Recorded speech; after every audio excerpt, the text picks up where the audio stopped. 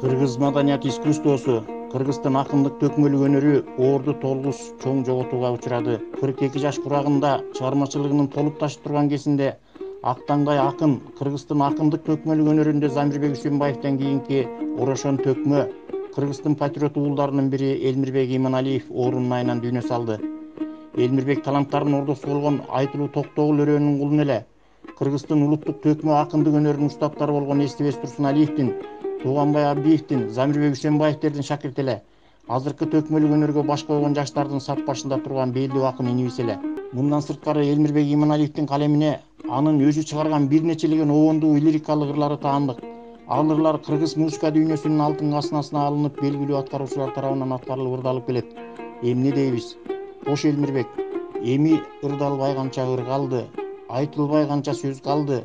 Сенин көөдөнүңдө канча мукамдуу лирикалык кайрык, канча мукамдуу обон кетти.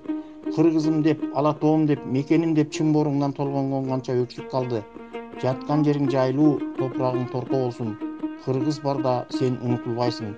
Санат телекомпаниясынын чыгармачыл жамааты маркумдун үй бүлөсүнө, балдарына, жакын туугандарына терең кайгыруу менен көңүл айтабыз. Кош Элмирбек. Калдайган гана кыргызды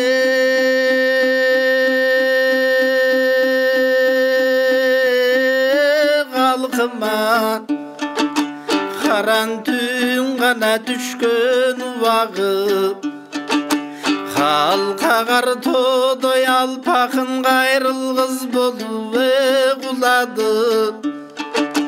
Буркурабай там моңумду, булбулдун тили булду. Кыйсыпыр кылып аламды, кыргыздын гана туусу жыгылды. Арманга салып элимдин акыйкат туусу жыгылды.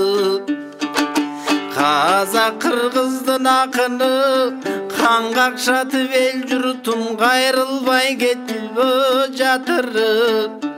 Калыстыгы жок дүнүйө каратып туруп алып кетти, карадан актың бөлгөндөй.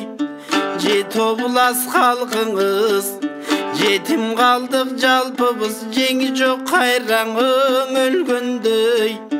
Томсорбой кыргыз кайгыда, арман Токтогул кайраң өлгөндөй.